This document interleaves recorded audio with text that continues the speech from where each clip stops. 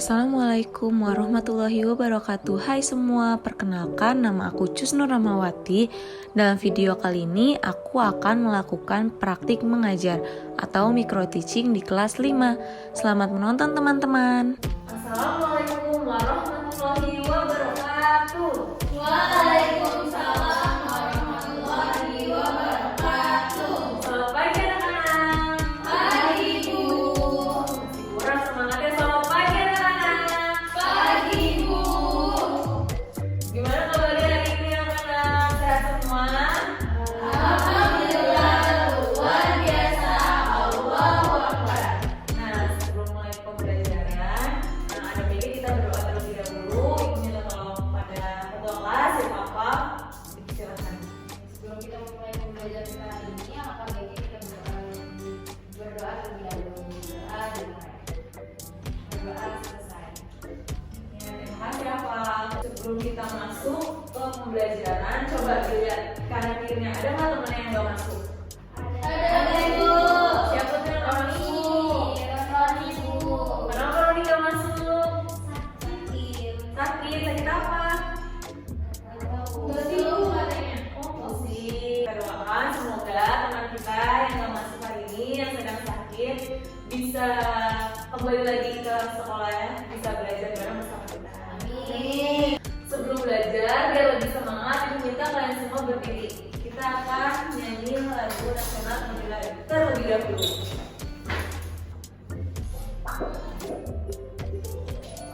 Lagu si kecil.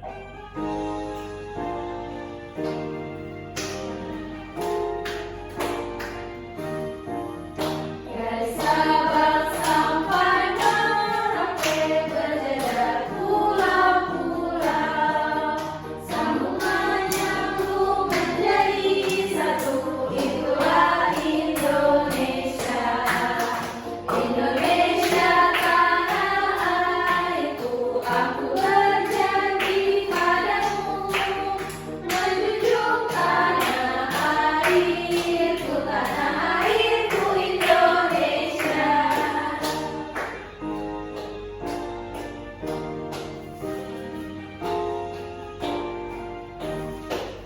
Nah, silakan duduk kembali.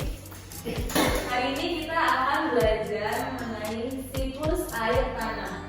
Tema 8, subtema 2, pembelajaran pertama. Coba diperhatikan kedua gambar yang ada di depan ini. Ada nggak sih perbedaan antara gambar yang A dan gambar yang B? Ada Bu. Apa perbedaannya? Kalau A asli pemandangannya. Kalau yang B? Ada pohon bukan? Ya benar.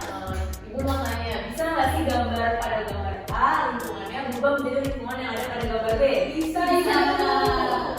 Kenapa tuh? Kalau ada disiram air ya di sana. Coba ibu mau tanya, sebaliknya pada gambar B bisa nggak berubah menjadi lingkungan yang ada pada gambar A? Bisa Bu. Gimana caranya? Ditanami pohon. Iya benar. Kenapa harus ditanami pohon-pohonan? Karena air bisa menyerap air Bu. Nah iya benar. Di sini ada contoh teks bacaan tentang siklus air tanah. Siapa yang bisa bantu bacain?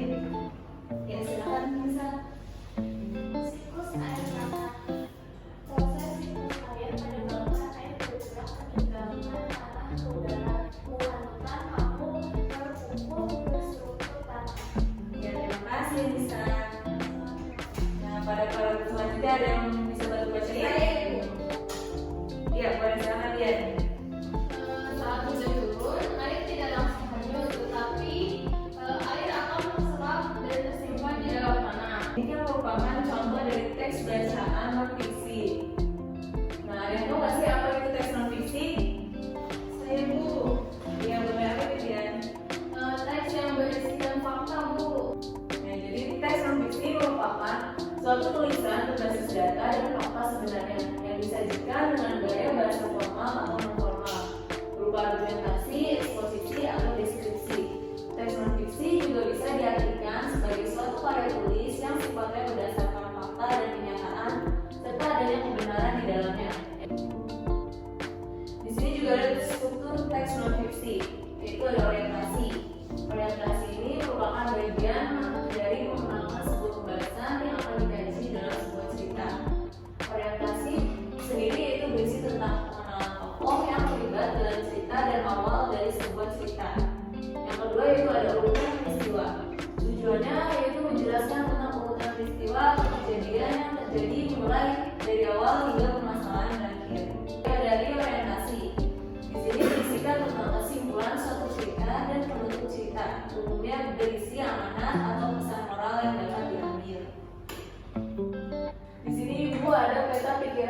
peristiwa siklus air tanah.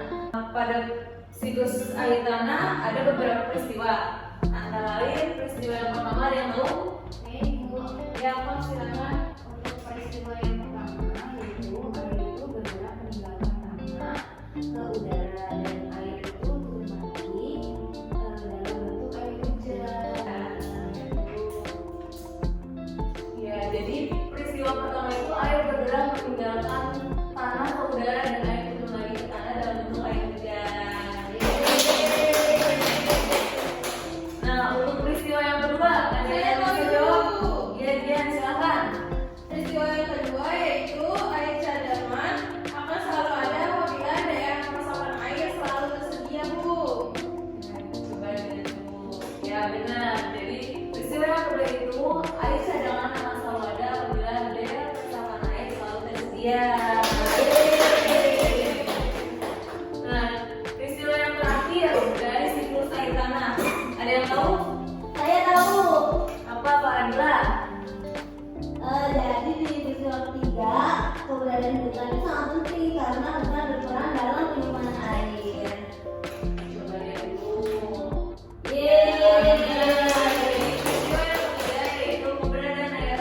Keberadaan hutan sangat penting karena hutan berperan dalam penyimpanan air. Nah, di sini pengertian siklus air tanah sendiri itu merupakan proses yang dilalui air di dalam tanah, mulai dari air di permukaan bumi yang kemudian bergerak meninggalkan tanah dengan cara menguap hingga air masuk kembali ke dalam tanah.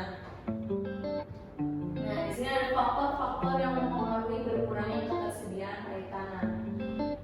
Ada yang mau bacain? Saya dulu. Iya, dia silakan. Yang pertama yaitu kegiatan membuka lahan pertanian, perumahan, perindustrian. Hal tersebut dapat mengurangi kemampuan tanah dalam menyimpan air untuk secara biar. Ya, terima kasih Dian. Ya, selanjutnya di sini ada upaya yang dilakukan untuk menjamin ketersediaan air tanah. Yaitu yang pertama kita harus menghemat penggunaan air. Yang kedua, mampu membuat lubang resapan karena lubang resapan air sangat berguna untuk menampung air hujan supaya terserap ke dalam tanah. Dan yang ketiga yaitu menanam pohon karena tadi kenapa?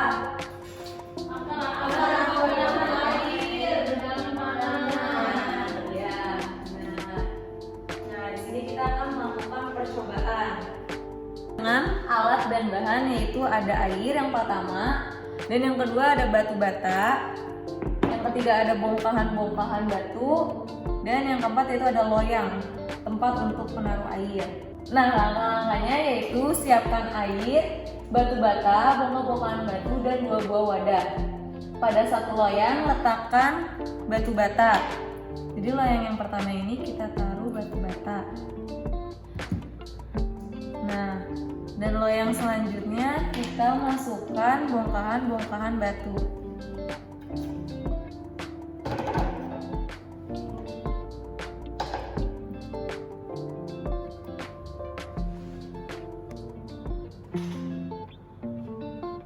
Nah, setelah ini kita diamkan selama kurang lebih 1 jam. Dari percobaan yang dilakukan, ada nggak sih perubahan antara loyang yang berisikan batu bata dan loyang yang berisikan bongkahan-bongkahan batu?